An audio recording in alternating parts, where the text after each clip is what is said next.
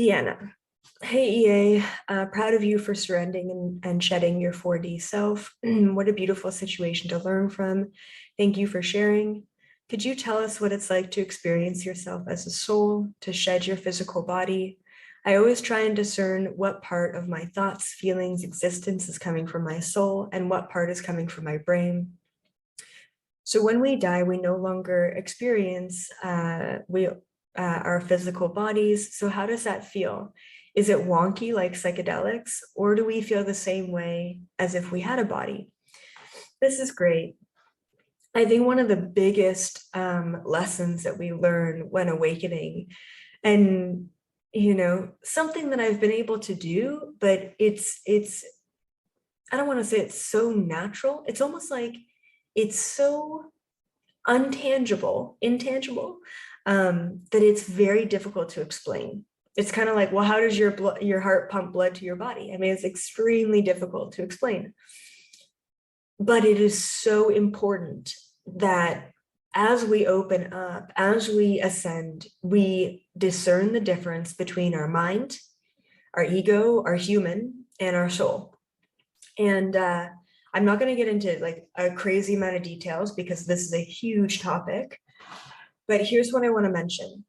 Here's what I've learned. And in the past, I always kind of laughed at or scoffed at, oh, just get into your heart. I so eye roll at all of these kind of woo woo spiritual, oh, I feel the purity of light. I don't want to say it's bullshit because it's not, because it's energy and vibration and everyone has their own way of feeling it. But I'm such a real spiritualist, you know what I mean? Like I'm such a human in that way. And I bring that realness to it. So I always kind of just scoffed at the whole, get into your heart chakra. I just so eye roll at that. But okay, there is 100% credence to that statement. Here's what I've learned. I've learned that when I'm caught up in the thinking, when I'm caught up in the analyzing, which is the majority of the time, it's overwhelming. Like I can get caught up in my own mind, but what's interesting is I could be tapping into a quantum layer of this reality. Like I could be tapping into, after this live video, what am I going to do with my day? And in this moment, I could tap into 20 different timelines of what I'm going to do with my day. Now, although I'm tapping into the energy, the frequency, the quantum layers of this reality, I'm tapping into the quantum layers of this reality, the knowledge of this reality through my brain, through my headspace, through my ego, through my body. I'm tapping in, it's almost like I'm translating that information through my mind. All right. So, which is something that you need to distinguish. And we're not going to talk about channeling versus thoughts. I want to bring this concept up in a very different abstract way. Even when we're channeling information, we're bringing it through our translator. We're bringing it through this very narrow gap of the language that we have access to, of the perception through the information. And all of that is basically bringing it into this lens. And of course, we bring that information in through our lens for a reason, through those limitations for a reason. That's really difficult to distinguish, okay? The channeling information versus your own thoughts. And I'm not even going to touch upon this in this question. What I want to touch upon, what I believe right now in this moment is far more valuable for all of you to practice, is something that I very recently started doing. Get into your heart space. And what I mean by that, like taking it out of the woo-woo, all right? I mean to actually just focus your attention on that heart chakra. Here's what I feel. And this is exactly the experience of not having a body. This is what I've experienced every time. And I'll tell you that the experience of not having a body is nowhere near taking psychedelics. It's nowhere near plant medicine. It's nowhere near the visuals and all of that that you see. When we take plant medicine, it's like we are experiencing other layers of dimension. When we no longer have a body, we go right to source. Source does not contain itself within a dimension. Source is all of the dimensions and all of the living things in the dimensions, but pure source itself is not contained within a density layer.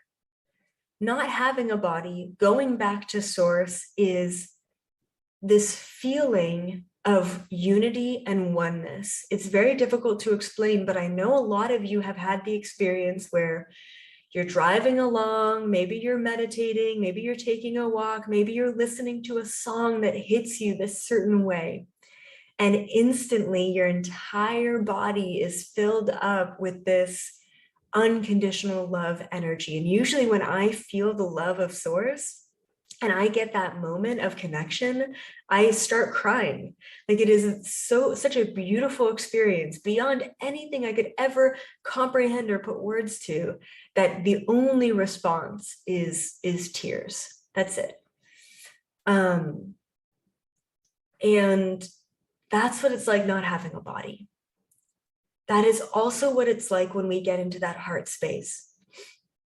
For whatever reason, it's kind of like where the soul, or let's call it the center of the soul, exists in the body is the heart space. That's just my experience. Anytime I move my focus and attention away from the mind, which can be the thoughts, could also be the channeling, but we have to realize that thoughts and channeling information is still limitation. It's great, but it's still limited. When we surrender, when we focus, when we sit in that heart space, we experience nothingness and everything all at the same time. There are no words, are no interpretations, there are no visuals. There's just this like peaceful, floating, swirling calm that I feel in that space. That is by far more important than discerning, am I just thinking about this or am I channeling this? Right now, it is not about channeling an information. It's about the experience and the connection to oneness. Because every time you channel information, which you probably do every single day and you're just not aware of it, there is still a divine masculine process of figuring out all of that information. All right, so just kind of being aware that we want to get away from that divine masculine right now. We all want to be working with the divine feminine, the surrendering. Whether you get overwhelmed in the 3D, overwhelmed in the 4D, or even overwhelmed in the 5D, getting back to that unconditional love frequency that your soul holds for you is that pure connection to source frequency. And that is going to be your greatest tool, moving into more density, more polarity, more mandates, more distractions, and more of all of that. All right, that is the number one right now. And that is something that it took me many, many years to learn, to get into that and to not resist it because it's woo-woo and it's get into your heart chakra. All right, so hopefully that helps you as well. But it's a really good question. Thank you, Deanna.